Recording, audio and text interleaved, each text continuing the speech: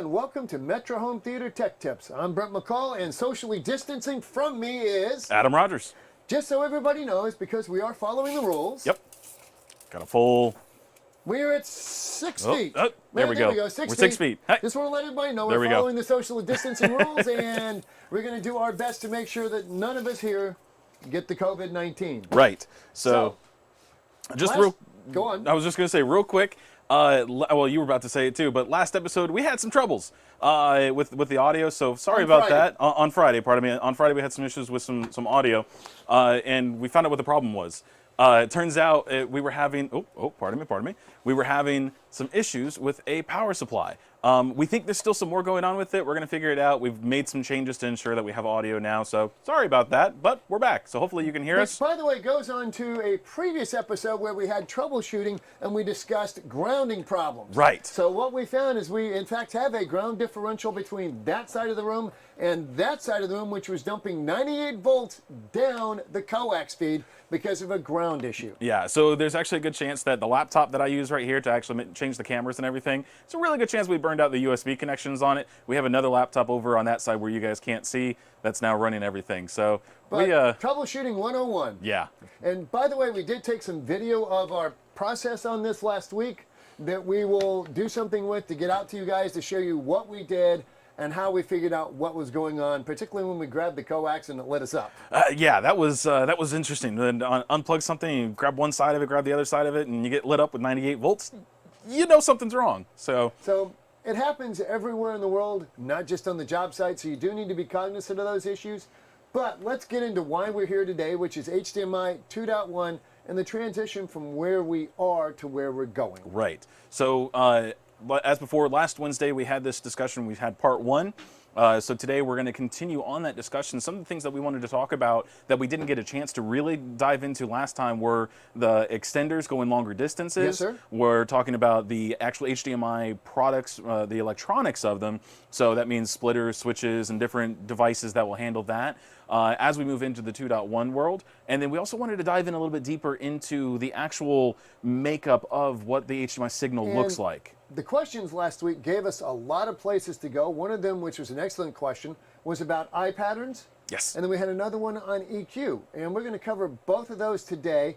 And once again, we have a giveaway. This week again, the HDMI surge protector. But I believe we picked last week's winner. Now, I don't remember the name, but I do remember the question, which was... It was the one about, I believe it was about the eye pattern. It was about the eye pattern. That's right. Yes. So we in the description below, we're going to have the winner about that one. So get back in contact with us, or we're going to try and get in contact with you. Again, as we move forward with this, we are going to be doing a giveaway. Today, again, like Brent said, we're going to be doing another surge protector, the HDM SP3. Yes, sir. And so definitely keep an eye open for that. Ask your questions, give us your stories, do your little tidbits and stuff in the questions and comments and stuff. So as we move along, we'll get to see those. Questions are very important for us, and they really help guide where we go with the videos. Now, unfortunately today, normally Adam and I work together on the whiteboard, but due to the new social distancing requirements, right, what you'll see is when we go to the whiteboard, it'll just be one of us, the other one will step back, right, take a break, have a drink, go to the restroom. Hopefully mute your mic before you do that. Really? I'm just making sure. Just making sure. So we have a lot to get into. So let's get started with last week's winning question, which was eye patterns. Right. Because they have changed dramatically from the early days of HDMI to now. So we're going to switch to the overhead, and I'm going to go to drawing. Let's see. We're going to go over here to overhead. 1, 2, and 3. Look at that nice little transition, right? Isn't that? Okay, go ahead. So we're going to start. I'm going to start at this end of the board because we have a finite amount of space. And we're going to talk about time and distance, because that's what this is all about. When you're looking at an electron, we're going to assume this is an electron flow. The speed of the electron, the data does not change with bandwidth. What changes is how many lanes of data are passing at a given time so that enough data can get there to build a high-resolution picture. Now, as we mentioned, because the speed does not change, the eye pattern has to. So before, we could have a larger eye pattern because we didn't have to send, the data had the time to get up, get over, and get down, so they could have a larger eye pattern because we had a bigger time space. This time gap was large. Now, as we have increased resolution, that time gap gets smaller. So the data does not have as much time to get from here to here as it used to, or to get back down. So what will happen is the eye pattern gets smaller and smaller, so the data does not have to go as high to get read. Now, as we get into the moving forward into 2.1 and 48 gig, that eye pattern gets very small. And plain and simply because we no longer have this space for the eye pattern, now we have this space. So it has to transition from low to high and back down to low in a much shorter period of time. And like we said on the last episode, that's basically the same thing. We have to send that same amount of data. In fact, more data Much now. more data We're sending a lot more down that same, but we're now decreasing the amount of time that we can send it because we have to send more data. That's where that bandwidth comes into play. Right, so this right here is the time. And each time we transition to a higher bandwidth, that time from point A to point B gets smaller. One of the classics that I used to do when training is I would walk to a door in a room, and let's talk about how many times you can open and close the door in a given period of time. Right. Now, if I have lots of time, I can open the door all the way and close the door all the way. But as my time shortens, I can't get as much door swing in the same period as before, because I need more door swings in that second than I had the first time. Right. So that's why it gets smaller and smaller and smaller. The drawback is, would you switch me back to overhead? Yep. As the data gets smaller and smaller, the ability to discern that data decreases. So you have to have much better extrapolation and understanding at the display side with relays reading that data and much faster relays at the source side sending out the data. Because all this really is an on and an off switch. Now the faster that switch goes, the closer it has to get between the on and off state to make the movements. Right. Are you guys with me so far? Do we have any questions yet? No questions yet, but again, ask your questions if you have any. Let us know if you have any input on it as well. This is the perfect time for that. Yeah, social distancing. So with that there, definitely ask your questions. Let us know what you think about it. If you have any thoughts on it, let us know as well, so that we can kind of cover that. One of the things we covered in the past was how important cable geometry is. Right. When building a wire, whether it's copper, or in the case of fiber, the circuit boards at the end of the line and the beginning of the line. Now, I'm going to switch to this side of the board. Yep, go for it. When you're looking at the data, you have to have very accurate, in the case of copper wire, you've got twisted pairs. And this point in the twisted pair is very critical because you need each of the links on both sides of that point to be the same. If they are not, you will have timing errors between the source and the display. On a circuit board, you have to deal with it the same way, and we've discussed timing errors in circuit boards, why one input typically works better than another for that reason. So, looking at your cables, we have to make sure that all of those transitions are the same. Now, it's not just within a single pair of cables. You now have 4 high-speed signals doing that. And boy, that's a terrible drawing. It's a good thing that you're not winding up these HDMI cables by hand. You have, yeah, absolutely. By the way, that would be a terrible cable. That would be an absolutely terrible cable. But we see them. So not only do all of these have to be the same, but they all have to line up with each other in order for the picture to arrive at the same point. Now, we're talking about the physical makeup. We're not just talking about the frequencies as they go across the cable. We're actually talking physically the windings of the cable. So does that come into play?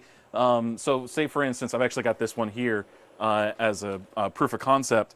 When you have a cable that has an okay design and dimension to it, but then it has some kind of damage to it. So say, for instance, like this here, where it's actually got a pretty good kink in it. Yep. And that kink, and with this cable in particular, this is the one that I use to actually show white sparkles on the screen when I want to prove that there are white sparkles, or when I'm using it with another device that may help to solve that. This is part of our troubleshooting and part of our product development.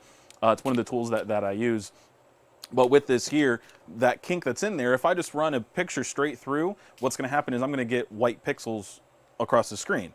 And so doing that, that's also what is being created when we're messing with that. When that's incorrect, or if someone's damaged it, that's where we see those Absolutely. white pixels. Now, one of the things we've discussed, and this is very critical, because prior to now, you only had to get 3 channels to be reasonably accurate. Right. Because that's the way HDMI 1. anything all the way up to HDMI 2.0 worked. Is there were 3 active channels out of the 4 high speeds. Right. This was simply clock.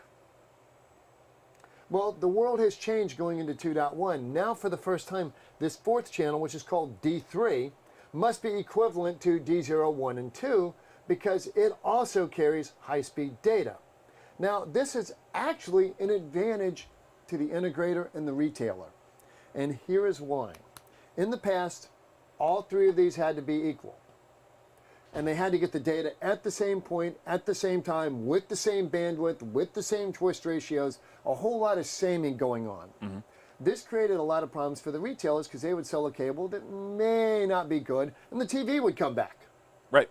Now, your major stores don't want to get TVs back. They don't make enough money. They don't make enough money to take them back.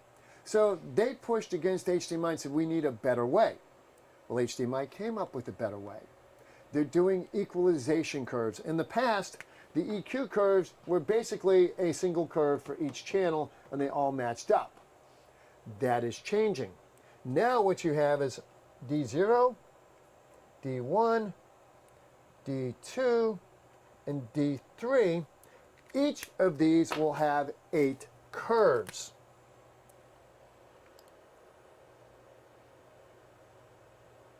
Now this is in 2.0. This is 2.1. This is 2.1. Okay. This is 2.1. Now, each of these curves represents a different frequency, a different resolution bandwidth. Mm-hmm. So all 4 of these connections have these same 8 EQ curves. Right. Now, what makes this interesting is HDMI does not require, we think, because the CTS is still not released, but preliminary indications are, you don't have to have all 8 work on every single feature, on all of these feeds. Right. All that has to happen, we think, is 1 to work. So let's say this one is 1080p. Now that's the bandwidth of 1080p. Let's assume this one's getting maybe 4K 30. This one's getting 4K 60. And this one's getting just basic 4K. Again, 30, HDR, HDR. The big change going forward is, as long as some of these are working in each of these feeds, they will be considered a passing cable because you will get a picture. Mm-hmm. Whereas in the past, if one of these failed because it was red, it was green, it was blue, you had a failed picture. Right. Now on all these, every one of these is red, green, blue on all 4 of these feeds. Which means that even if one of the channels is having problems, the others can pick up the gap. and you can actually get a picture. Yes. Now, it may be a lower grade picture. You may not be Yes. getting a full, say, 8K or 4K. Right, and here's the thing. You'll still get a picture. Mm-hmm. As long as 1080p is working there, something's working there, something's working there, and something's working there, it's an aggregate of all those together, so you'll get a picture on the television. Right. Whereas if there's a problem on this one, the original feeds, you got sparkles. Right. That was a fail. Right. This is not a fail to the consumer. Right. Because they can still get a picture. Right. It may not be the best picture. Right. It may not be anywhere near the best picture. Right. But it's still a picture. Right.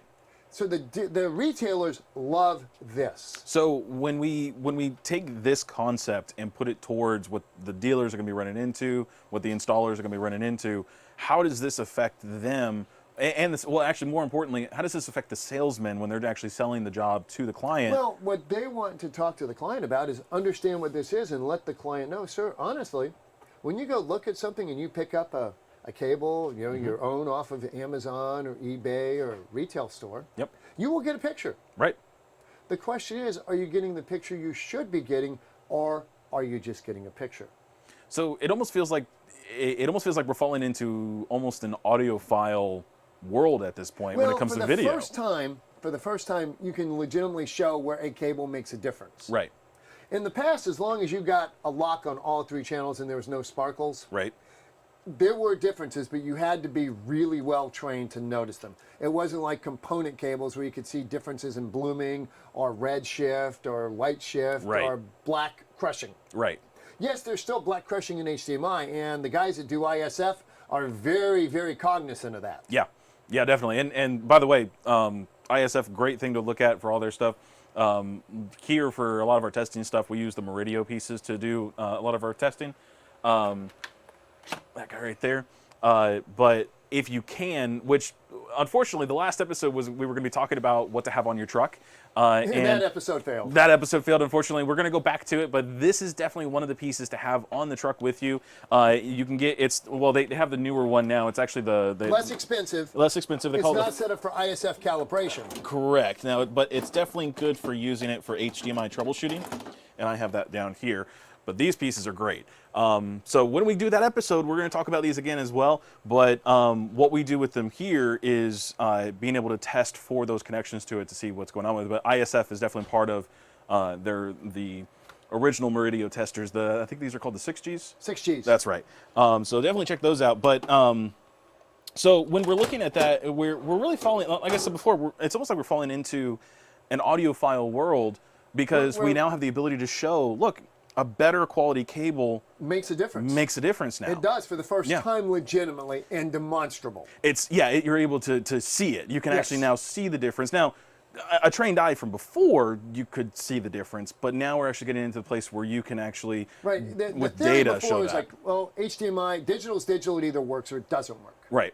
We all heard that, and AVS Forum pushed it, and there's a whole lot of belief that all you had to do was meet the minimum threshold, and it worked. Right. And it did work. Mm-hmm. Unlike component or analog cables where you could see differences, herringbones, color shifts, things like that, if you got about 70% of the data, you got a picture lock. Right. However, that's not 100% of the data. There's still stuff not there that adds to depth and detail. This takes it a step further. As long as you've got functioning functioning EQ curves, there you go, on all 4 channels, you have a picture. Right. Now, it may not be, because these are aggregate, because it's red, green, blue, red, green, blue, red, green, blue, red, green, blue.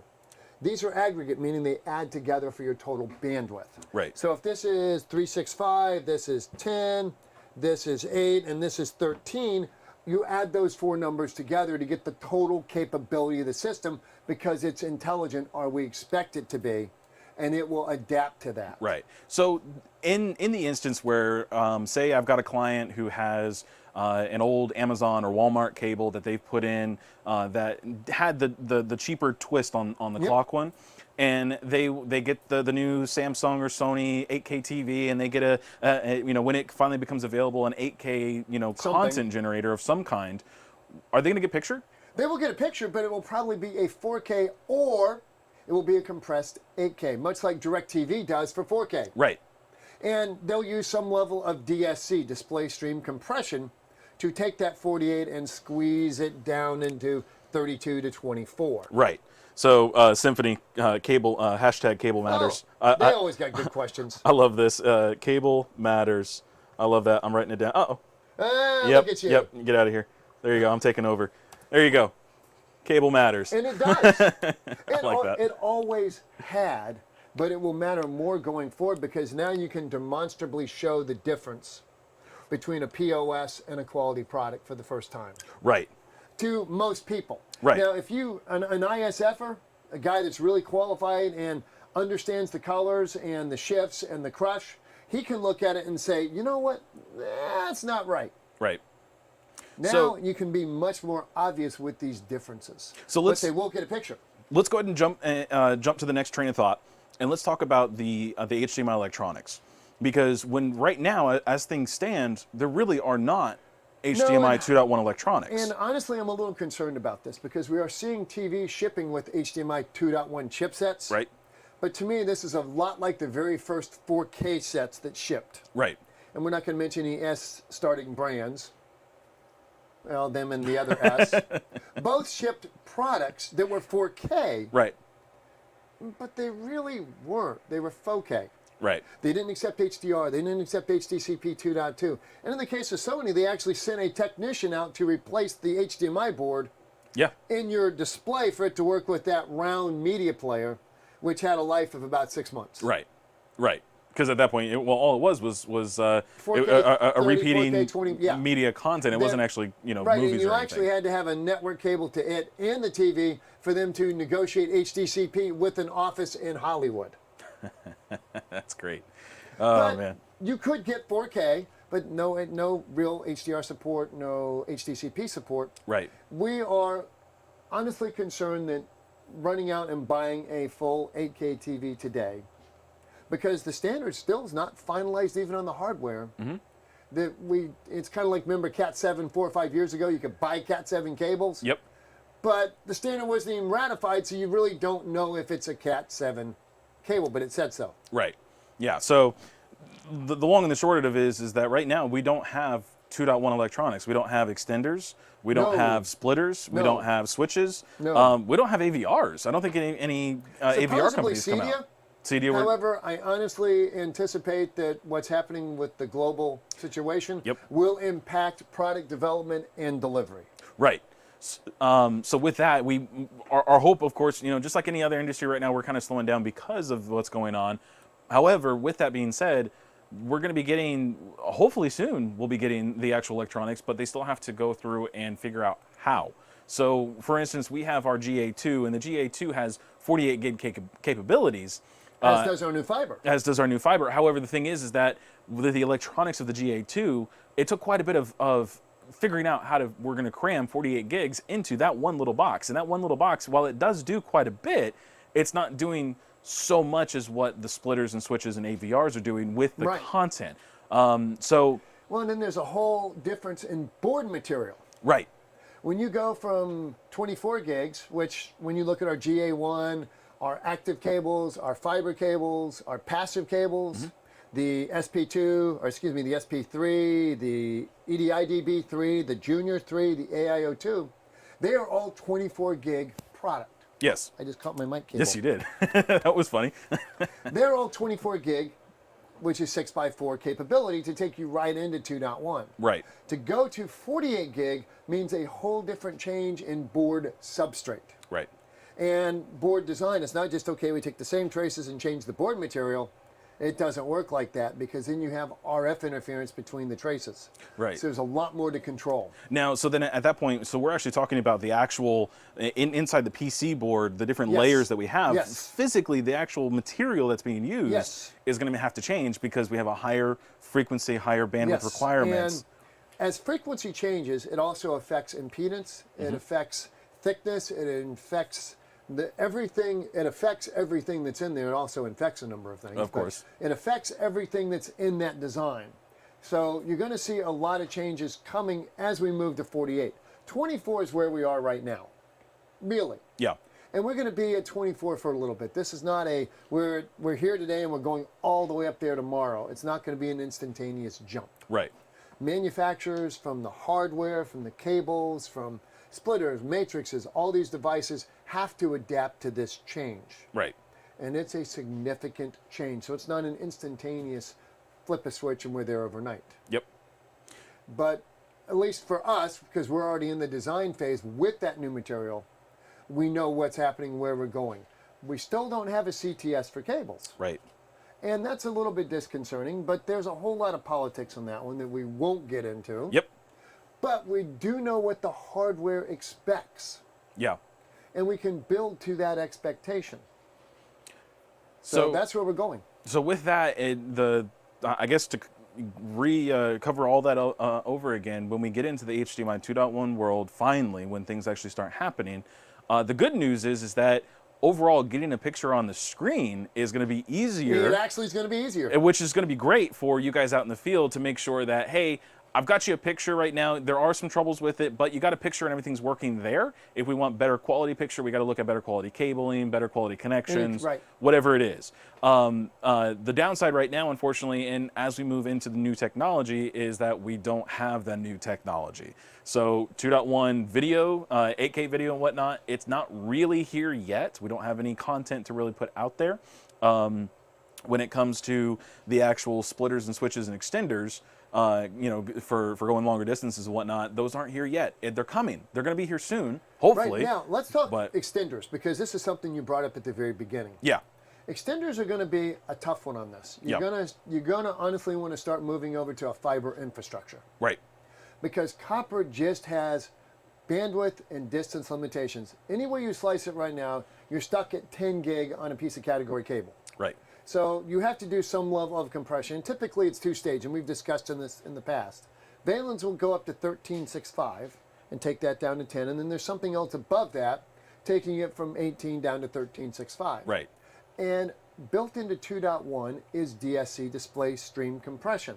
That is actually fixed as part of the standard going forward, which will allow you to take, for example, 24, 20, get it down to 10 with minimal loss. Right. Visually lossless compression.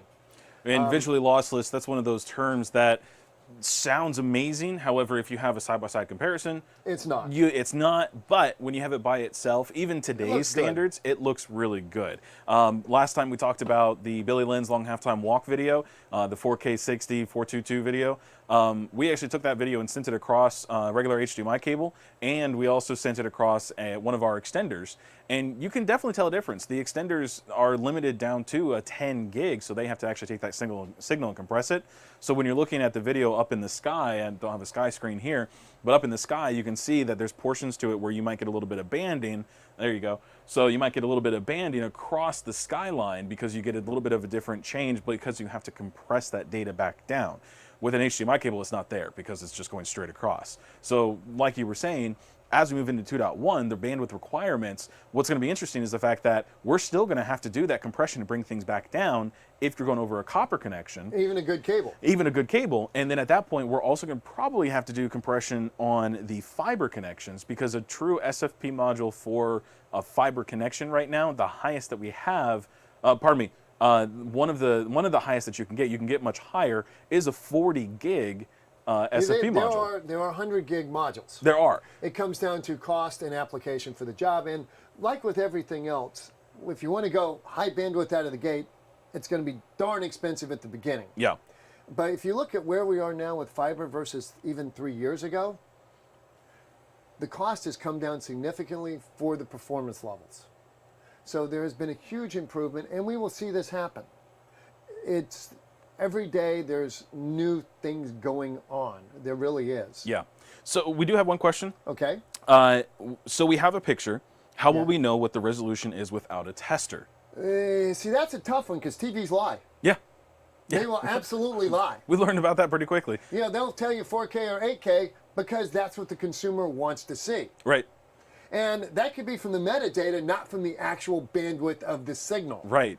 So you're going to run into a little bit of a problem. You're going to be able to see, okay, so we've got Kind of like online dating. Right, exactly. Yeah. So yeah. So a lot of times what will happen is when you turn on a certain source or certain display, what you'll see up here on the screen is, hey, it's 4K 60 or 4K 30 or whatever it is, or it'll tell you like the actual pixel density on it. So unfortunately, while it may have that, it may not be, like Brent said, it may not be truthful.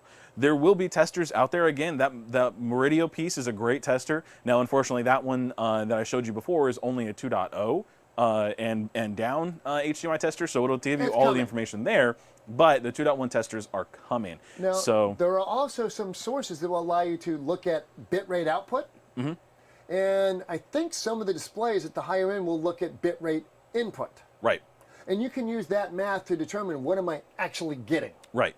So one of the biggest things, of course, is and like I said before, it does feel like we're moving into an audiophile world. Audiophile in that world, a lot of that is subjective. Perception. To that particular person. I might like the sound of this set of speakers with this set of speaker wire, and you might like a set of Obviously, speakers you're that's an completely idiot different. because I know better. Obviously. So in that case, in some cases, you may find that your client says, you walk in and you're a trained technician. You look at it and you're like, this picture is perfect. Your client may walk in and be like, yeah, but I liked it before. The way that it looked before. Yeah, I want a little bit more green. Yeah, and unfortunately, it's going to be, you may have to go into the settings and change the settings of the color settings on the TV. How many times have you spent the hours getting the room properly equalized, balanced? You go away, you come back, and they got the loudness button turned on. Yeah. So, yeah, man, Symphony, you have been lied to. I can guarantee it. He says, well, then I've been getting lied to. Yes. Yeah, you have. Unfortunately, that's what it comes down to. The customers are also getting lied to, so they're happy. Perception, look, if it says 4K, whatever it is on the screen, and that's what they think they want to have, Right. they're happy. Well, and here's the other thing. It may not be the TV. It may not be the TV that's lying to you. It may be the source that's lying to the television. With, fake metadata. Fake metadata. And so at that point, unfortunately, without having an actual tester on the truck, which again, that's another thing when we go back and do that episode, which will be, I believe that's Friday? this coming Friday, we're going to do that episode. We're going to try again. Which we're going to be moving our time to 2 p.m. Eastern time.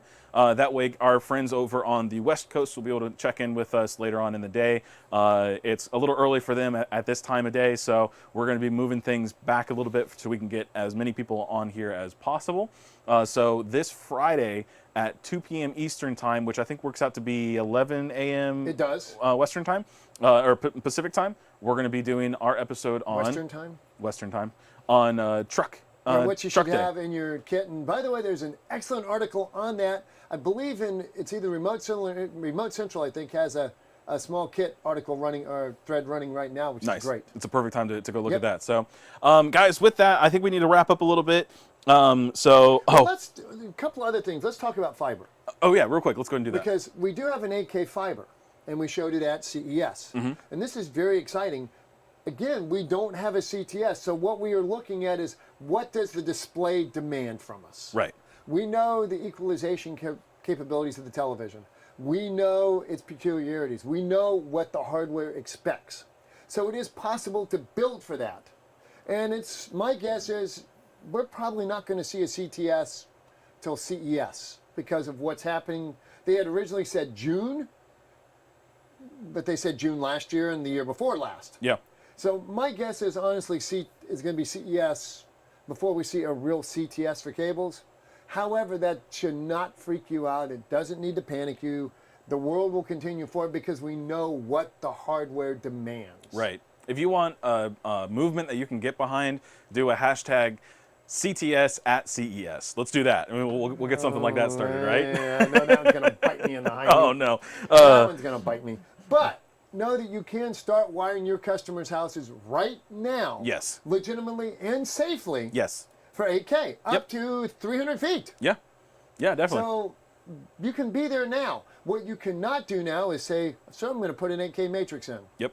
I'm going to put an 8K AVR in. You cannot do that yet today. Yeah.